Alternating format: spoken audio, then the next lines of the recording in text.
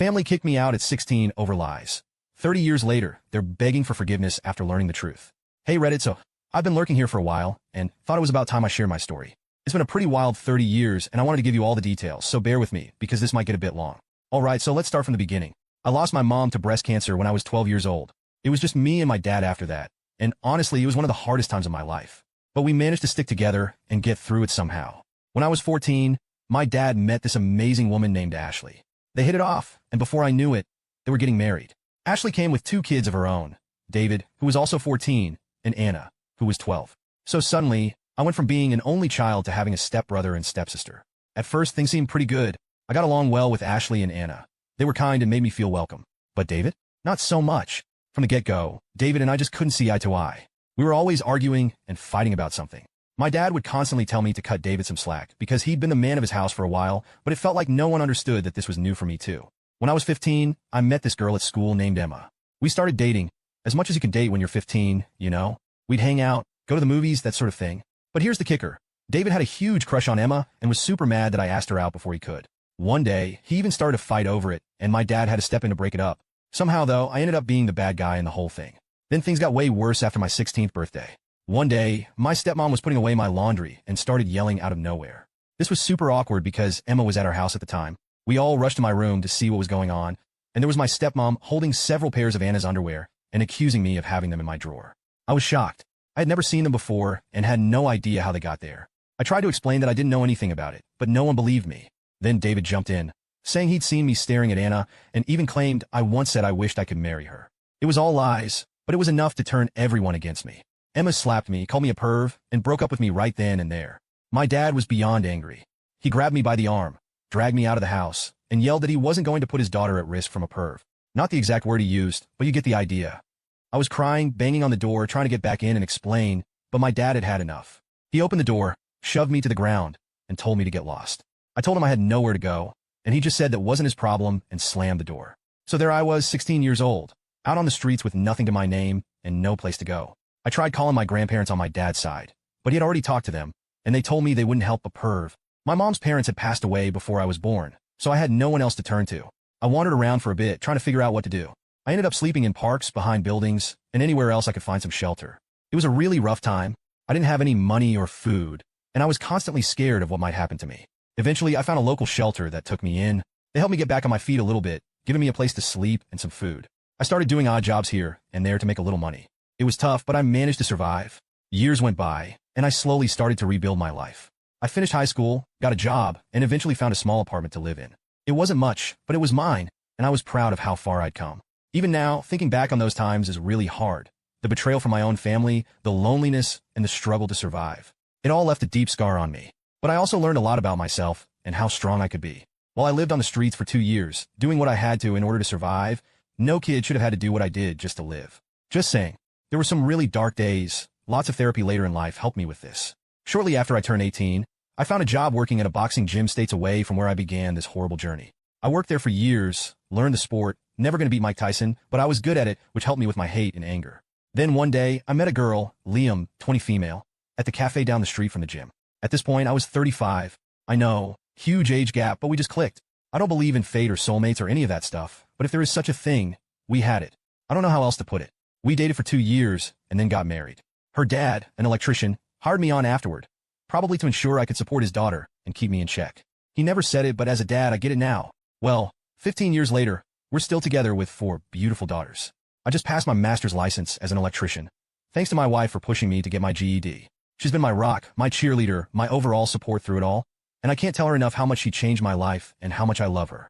Anyway, sorry for the tangent. Just this last weekend, I received an email from my stepsister. Not sure how she got my email address, but it's not hard via the internet. Not like I've been hiding, mind you. I'm now pushing 53, so it's been 30 plus years since I've heard from any of them. It was a long, long email. Not going to give you all of it, but the meat of it is they now know what really happened. David, I guess, was busy drinking with his buddies on Friday, and somehow my name was mentioned. David started bragging about how he set me up and took my girl. Yep, David and Emma got together and married all those years ago. They were all laughing, hoping I died on the streets, bunch of rude and vile stuff. Guess he forgot Emma was there, and she heard it all. So she called my stepsister to let her know. Anna spent all weekend trying to find me. Like I said, the email was long. Short of it is they want to apologize face to face, though it was already said multiple times in the email, and want to make up for lost time. I'm However, indifferent to the idea. Like, I have no ill feelings towards her. She obviously was young and had no real say in the matter.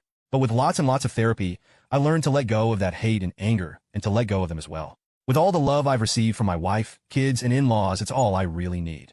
I'm of the idea of just deleting the email and moving on like nothing happened. My wife thinks I should at least respond back. Even if to say something snarky like, "Thanks for finally believing me," only took over 30 years. Did I mention my wife has a mean, petty streak to her? LOL. She's awesome. Not asking for advice, just wanted to share my story. There's a boxing quote that I have up in my house that reminds me every day. To see a man beaten, not by a better man, but by himself, is a tragedy. Edited. Pushing 52 to 53 because apparently people are getting hung up on my age. Because, if it's not perfect, yes, that's it for you. Update 1. First, I want to thank everyone for their kind words and advice. I wasn't looking for advice, just wanted a place to share my story. To those that gave me credit for overcoming everything, thank you. However, the wife thinks she deserves most of it. LOL. And in all honesty, she does. To those that think this is fake, it's Reddit. I get it. It is what it is. Most things have to be taken with a grain of salt. I share my story. I can't make you believe me, but that's okay. If my story resonates and helps others know they can survive, then I'm happy with that. And that's all that matters. Okay, for the update. Can I post most of the original email? A lot of you have requested it. I kept out some deeply personal info, but the majority of it is here. Might have to break it up due to character limits. Plus, a response with the help of my wife, and also the help of others who made suggestions. Which is good, because I'm not that great at putting down in words how I feel without coming off looking dumb. She was able to make me sound less dumb. LOL. Taking the family to the lake for the weekend to recharge and leave this all behind me. Thanks again to everyone. Edit. Dear Opie, this is your sister, Anna. As I sit down to finally reach out to you after what feels like an eternity, I would like to explain why. I understand if you choose not to read this, but I truly hope you will take the time to at least hear me out. First of all, I want to apologize for never taking the time to contact you before. I was misled by David and Dad, who constantly painted a negative picture of you in my mind. They filled my head and heart with lies and made me believe that you were someone you were not. For a while, I held on to hope that you would come back home. But as time passed and their words continued to poison my thoughts, I let go of that hope and allowed myself to believe the worst about you. It pains me to admit that I even started to hate you, despite the fact that deep down, I always considered you a brother to me. I felt betrayed by the twisted image that was presented to me, and I regret not reaching out to hear your side of the story sooner. A lot has changed in our family since you left. I got married, and now you're an uncle. Mom and Dad are still together and are preparing for retirement. David and Emma eventually got married, and they have no children. However, the truth that has recently come to light has shaken the very foundation of everything I thought I knew. On Friday, Emma overheard David boasting about how he orchestrated the setup against you, how he manipulated the situation to make you look bad, and how he convinced us to turn against you. To his friends, as they all got drunk, they laughed about the pain he caused you and the lies he spread, all while belittling you in the cruelest and meanest ways possible, saying things like they hoped you died in the streets. Emma couldn't keep this bombshell to herself, and when she confided in me, my world came crashing down. To think that I could have been so wrong about you for all these years is a heavy burden to bear. I can't begin to express how deeply sorry I am, as is Emma. We both realize now the extent of the manipulation and deceit that was carried out against you, and we are devastated by this fact. After sharing this revelation with Mom and Dad started crying, like really crying. I'd never seen him cry before. I believe it's because he's been carrying around a lot of guilt all these years. Obviously, now knowing the truth, he's having to deal with the consequences of his actions. After several hours of talking, we all came to the conclusion that we needed to find you and make amends. I've spent hours trying to locate you in the hopes that I could reach out and extend a heartfelt apology for the years of misunderstanding, mistreatment, and hurt. I know that words can never undo the damage that has been done to you, but I sincerely hope that you can find it in your heart to forgive us. We long to make amends, to start anew, and to maybe even make up for lost time. Please know that I am truly sorry for the pain and hurt that you have endured because of our ignorance and blindness. I hope that someday we can meet in person so that I can look you in the eye and express my remorse face to face. I can only hope that you will consider giving us a chance to right the wrongs of the past and to heal the wounds that have been inflicted on you by us. With all my love and sincerest apologies, your sister, Anna. Dear Anna, I appreciate you taking the time to reach out to me, but I must be honest with you.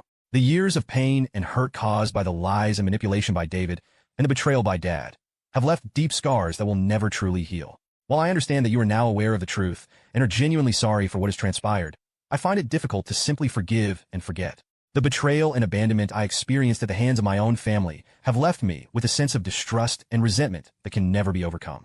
The damage that has been done has impacted me in ways that you may never fully and truly understand, and the idea of trying to reconcile now feels like an insurmountable task. I have spent years in therapy, trying to come to terms with the pain and deep trauma I endured, and I have worked hard to build a wonderful life for myself that does not rely on the presence or approval of those who turn their backs on me. While I am grateful for the apology and the newfound awareness of the truth, I do not feel compelled to rekindle a relationship that was built on lies, deception, and betrayal, especially after all these years. I have found peace and closure in distancing myself from those who caused me harm, and I do not see the need to reopen old wounds in the name of reconciliation. While I believe in the power of forgiveness, that isn't something I can give. I wish you all the best in your life. I really do, but I must prioritize my emotional health and self-preservation above all else. I hope you can respect my decision and understand that the wounds of the past will take a lifetime to heal. I would appreciate it if you pass this fact on to the others, and please don't reach out again. I must look to my future and not my past. Sincerely, Op. Update 2. Hey Reddit, strap in folks, because I've got an update that's basically a season finale level twist in the saga of my life. Life's been throwing punches, and just when I thought I had my footing, the ground shifted again, big time. Let's break it all down, and trust me, you might want to grab a coffee because this is a long one. First things first, I got a call last week that stopped me in my tracks. A hospital called about my dad. He's seriously ill, and the doctors were talking in terms of not much time left. That news alone was a lot to handle, but life had more in store. Almost simultaneously, I found out that my stepbrother David has been disowned by my dad. Yep, the plot thickens. Apparently, after years of bad decisions and escalating behavior, my dad reached his breaking point. But here's where it gets even juicier. Emma. Remember her? The girl both David and I dated way back when? Well, she left him, and she didn't just walk away quietly. She dropped some truth bombs on her way out that have seriously shaken the foundations of what I thought I knew. During their final blowout, Emma said David bragged about how he manipulated the whole situation that led to my teenage years falling apart. The accusations, the lies, everything. He thought he was impressing her with his control and cunning, not realizing it would backfire. Emma was horrified, and once they split, she felt I deserved to know the truth after all these years. So there I was, dealing with my dad being ill and hearing that my life was turned upside down all those years ago based on a twisted power play by David. It was vindicating and infuriating all at once. All the pain, the struggles, the lost years because of petty jealousy and lies. With all this swirling in my head, I still had to face the reality of seeing my dad, possibly for the last time. I wrestled with a storm of emotions. Anger, hurt, a weird sense of duty, and yeah, love. It's complicated. I decided to go see him. I needed closure, and maybe, just maybe, there was a part of me that needed to know if there was anything salvageable between us. Sitting by his hospital bed was surreal. He looked so frail, so different from the imposing figure of my youth. He apologized, actually apologized. He said he'd found out too late about all of David's lies and was eaten up with guilt. We talked a lot, cried a bit, and it felt like we were tearing down some massive walls. It wasn't neat or tidy, but it was real, a raw, painful step towards something that might look a bit like healing. After that hospital visit, I've been doing a lot of thinking. What does forgiveness look like? Is it even possible? And what about the rest of my family? There's a lot to unpack. Emma reaching out and being honest was a big deal, and it's changed how I see many things. I'm grappling with how, or if, I want to reconnect with any part of my past, including her. As for my daily life, I've been trying to keep things normal, focusing on work, my own family, and a bit of self-care. But man, it's tough. It's like trying to stay steady on quicksand. So here's where I turn to you guys again. How do you handle revelations that shake everything you believed about your past? How do you deal with the emotions of potentially losing a parent, complicated as your relationship might be? Any advice on managing these heavy, messy feelings would be massively appreciated. Thanks for letting me spill all this. Sometimes just typing it out helps put things into perspective. I'll keep you updated as I navigate through these choppy waters. Here's to hoping for some peace, or at least a little less drama in the near future. Update 3. Hey Reddit, here I am again with another slice of life update. And trust me when I say it's been an absolute whirlwind. Just when I think I might catch a break, life says, hold my beer, and throws another curveball my way. So grab a comfy seat and maybe a snack, because this is going to be a long one. Let's start with the heaviest part. My dad passed away. After my last update, his condition worsened rapidly, and soon after he was gone. The mix of emotions has been overwhelming. Grief, relief, unresolved anger, and a strange sense of liberation, all tangled together. It's like walking through a fog where you can't see a foot in front of you, but can feel everything intensely. The funeral was something else. It brought together family members I hadn't seen in decades, each of us with our own complicated feelings about my dad. The air was thick with a cocktail of sorrow, regret, and the awkwardness of rekindling conversations with relatives who were practically strangers now. At the wake, amidst the quiet murmurs and the clinking of coffee cups, I found myself locked in surprisingly heartfelt conversations. First, there was Anna, my stepsister, who seemed just as nervous about talking to me as I was about talking to her. We ended up stepping outside, standing under the bleak sky, and pouring out our feelings and frustrations about the past years. It felt like lancing a wound, painful but necessary, and in some ways healing. Then there was Emma. Her appearance was a shock. She looked so different yet so familiar. We barely spoke at the funeral, just a few awkward glances, but a few days later, she reached out, asking to meet. I was hesitant, but curious. Over a long coffee that went cold too soon, she told me everything, how David had twisted things, how she'd been manipulated, and how sorry she was for everything that had happened. It was a lot to process. We parted with a tentative agreement to try and move past our history. Though what that means, I'm still figuring out. These past weeks have forced me to confront my feelings about forgiveness. It's one thing to forgive someone who's no longer here, like my dad. It's an abstract kind of peace. But forgiving those who are still alive, who can still hurt you or ask for forgiveness, that's a whole different ballgame. I've started journaling again, something I hadn't done in years. It's become my nightly ritual, a way to debrief myself on the day's thoughts and happenings. It's surprising how much you can learn about yourself just by writing things down. Looking forward, I'm cautiously optimistic. I've decided to take small steps towards building some kind of relationship with Anna, and maybe even Emma. It's not about picking up where we left off. Too much has changed for that, but maybe building something new on the ruins of the past. I'm also seriously considering starting therapy. I've realized that some wounds are just too deep to heal on their own, and maybe it's time to get some professional help to sort through this maze of emotions. So here I am, asking for your wisdom once again. How do you rebuild trust with people who have hurt you in the past? How do you balance the hope of reconciliation with the protection of your own emotional health? And how do you handle the grief that comes from losing someone who was both a source of pain and love in your life? Thank you all for sticking with me through this journey. Your words of encouragement, advice, and sometimes just the comfort of knowing someone out there is listening have been more helpful than I can express. I'll keep updating as I navigate through these uncharted waters. Here's to hoping for calmer seas ahead. Update 4. Hey Reddit, I'm back with yet another deep dive into the ongoing saga of my life. This journey has been filled with ups and downs, and your support has been instrumental in helping me navigate through. So grab your favorite snack, maybe a comfy blanket, and settle in because there's quite a bit to unpack today. Life post-Dad's passing has been a roller coaster. While it brought closure on some fronts, it also opened up a whole new set of dynamics within the family, particularly with Anna and Emma.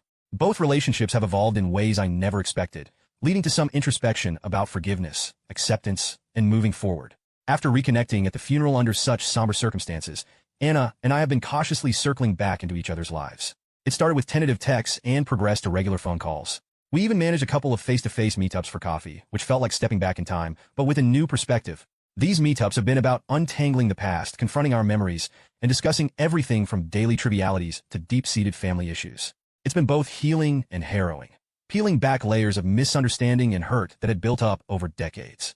Anna shared more about her own experiences in the family after I was kicked out, how things weren't as perfect as they might have appeared, and how she struggled with her own issues regarding David and our dad.